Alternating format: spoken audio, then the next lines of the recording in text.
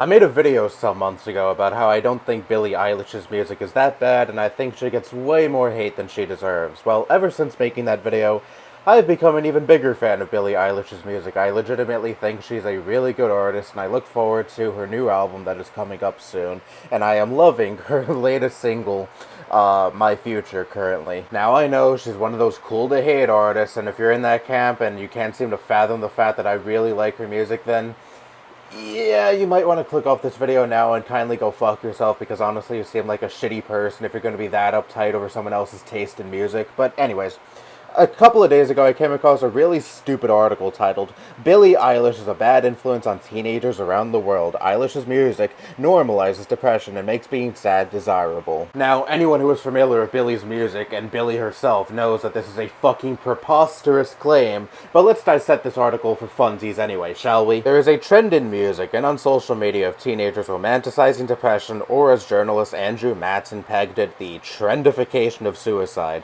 17-year-old singer and songwriter Billie Eilish has built a whole career by normalizing depression in Gen Z. In 2015, the then 14-year-old Billie Eilish uploaded Ocean Eyes to SoundCloud and became an overnight viral sensation. After going viral on SoundCloud, Interscope Records signed her, which was a turning point in the music industry because it popularized sad and slow music. Ever since then, my life, social media feed, YouTube recommendations, and car radio are filled with all things Billie Eilish and depression. Eilish's music videos are filled with sadness and depression-related objects and scenes. As I go on, I want to state that there is currently no known study that links sad music to an increase in anxiety and depression.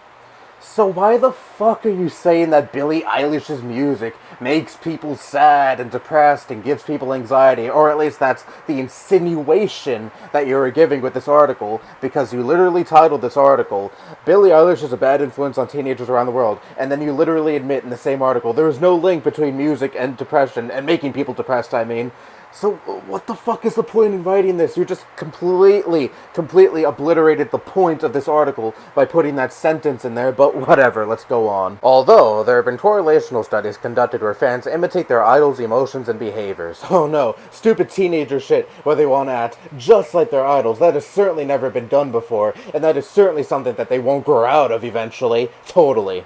So Eilish's portrayal of sadness and depression is sending her fans and teens the wrong impression. Her music video, When the Party's Over, which is unavailable in restricted mode on YouTube, depicts Eilish sitting in a white room, resembling a padded cell in a psychiatric hospital, and lip-syncing the words to her songs while black liquid flows out of her eyes. Cool.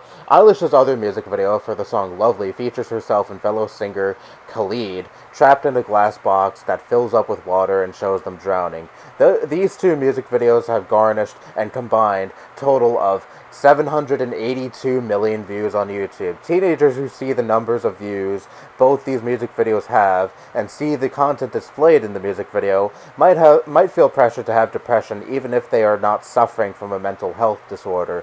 After these two music videos were released, I saw an explosion of teenagers visibly displaying their anxiety and depression online through social media apps such as TikTok, Twitter, and VSCO. Hey moron, did you ever consider that Billie's music may have helped these teenagers who may face the same issues that Billie has be more open about their issues, and maybe her music has helped people feel that they are not alone, thus giving them the confidence to be like, hey, I have these issues, and may give them the confidence to be more open about these said issues, and thus reach out to friends and family about said issues, and, feel comfort and support, Music can help people in these kind of ways, and perhaps them posting about their mental health issues on social media is their way of saying, yes, I have these issues, yes, I'm dealing with them, but I want you to know that I have them, and if you have them, just know that you're not alone. It invariably helps spread a positive message, and can inspire people to spread said good message even further. You see it as a bad thing that there's an uptick of people posting about their mental health problems on social media. I see that as a good thing, and who the fuck knows if Billie Eilish's music is the sole cause of this, like you like to think it is, but still, I see this as a good thing because more people are gaining confidence in who they are and the issues that they face, and they want to make it known that that those who are reading the social media posts and may face those same issues are not alone in their struggles. There are plenty of other people out there with the same exact struggles as them, and they're making it by in life, and it could give people the confidence in life, the confidence that their life may not be as bad as they think it'll be, and they can live life perfectly fine online in spite of these issues that they may have. I think that's a good message. How the fuck is this a bad thing? But let's finish up this brain diarrhea, shall we? Teens also might equate depression and mental health problems with Eilish's success. Vanity Fair's Billie Eilish Same Interview 1 year apart video on YouTube garnished 50 million views and showcases Eilish's remarkable growth in a year. In October of 2017, 15-year-old Billie Eilish had 250,000 followers, and in October of 2018, 16-year-old Eilish had 6.3 million followers. Teenagers who watched this YouTube video and saw the massive growth she amassed in a year may envy her and equate her success to being depressed. The way Eilish presents herself in her music and music videos needs to change, or else teenagers will inevitably continue the cycle of depression.